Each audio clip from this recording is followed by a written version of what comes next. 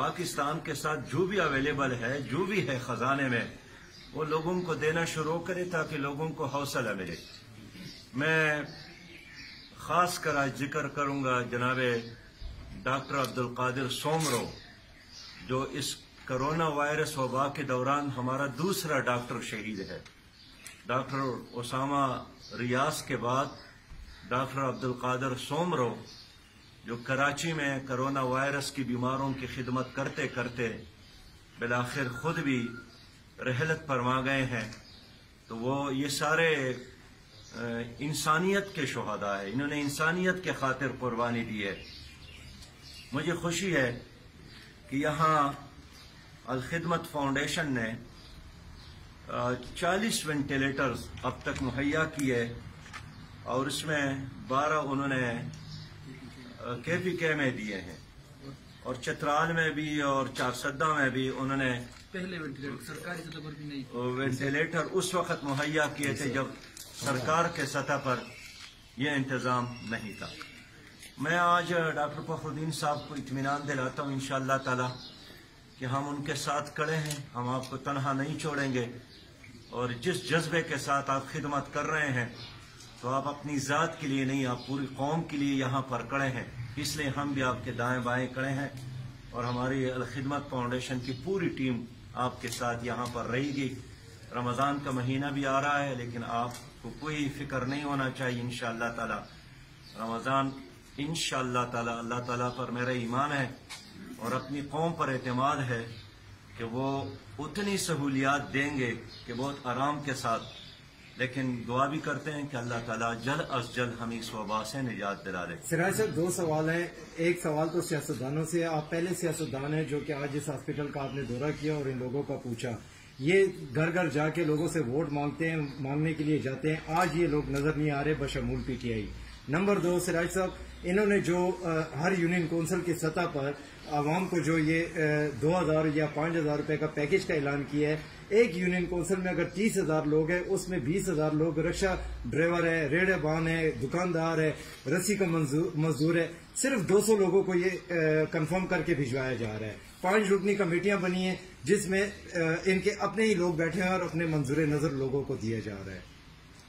پیارے بھائی، آج کا دن تو میں کوئی تنقید نہیں کرنا چاہتا ہوں، نہ حکومت پہ کرنا چاہتا ہوں، نہ سیاسی جماعتوں پہ کرنا چاہتا ہوں۔ میں تجویز دینا چاہتا ہوں کہ اس ملک میں جو غریب طبقہ ہے وہ حکومت کی طرف دیکھ رہی ہے۔ یہ تو میں اپنے قوم کو سلام پیش کرتا ہوں کہ اگر یہ اپنے آپ کو سنبھالا نہ دیتا تو اب تک کرونے کی طرح ہمارے گلی اور کوچوں میں بھوک اور افلاس سے متاثرہ لاشیں ہمیں ملتی ہے، لیکن قوم نے ایک دوسرے کو سہارا دیا ہے۔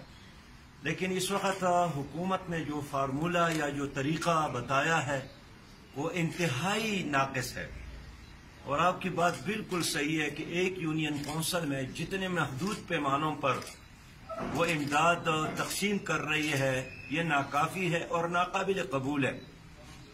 آپ دیکھیے، آپ کے سوسائٹی میں رکشہ ڈرائیور ہے، رکشہ چلانے والا، اب رکشہ بند ہے تو کیا کھلائے گا اپنے بچوں کو؟ آپ کے ریلوے اسٹیشن پر کام کرنے والے قلی حضرات ہیں، وہ تو سامان اٹھاتا ہے تو لوگ اس کو 10-20-100 روپیہ دیتا ہے، اس پہ ان کا گھر چلتا ہے، اب وہ بند ہوا ہے تو وہ کیا کرے گا؟ ڈیلیوری جس پہ کام کرنے والے لوگ ہیں وہ کیا کریں گے؟ یہاں لاری اڈا میں سامان اٹھانے والے لوگ ہیں، اس کو کوئی ٹپ ملتا ہے، اب وہ کیا کرے گا؟ ہوٹلوں میں کام کرنے والے ایسے غریب لوگ ہیں جو ٹپ کی بنیاد پر دن گزارتے ہیں، وہ کیا کریں گے؟ تو ایسے تمام لوگوں کے مسائل حل طلب ہے، اور میں حکومت کو یہی مشورہ دوں گا کہ وہ تعصب کا، نفرت کا، تنگ نظری کا عینک اتار کر انسانیت کی جذبے کے تحت ہر انسان کو اپنا سمجھے، ہر پاکستانی کو اپنا سمجھے اور ان کے ساتھ تعاون کرے۔ بہت شکریہ۔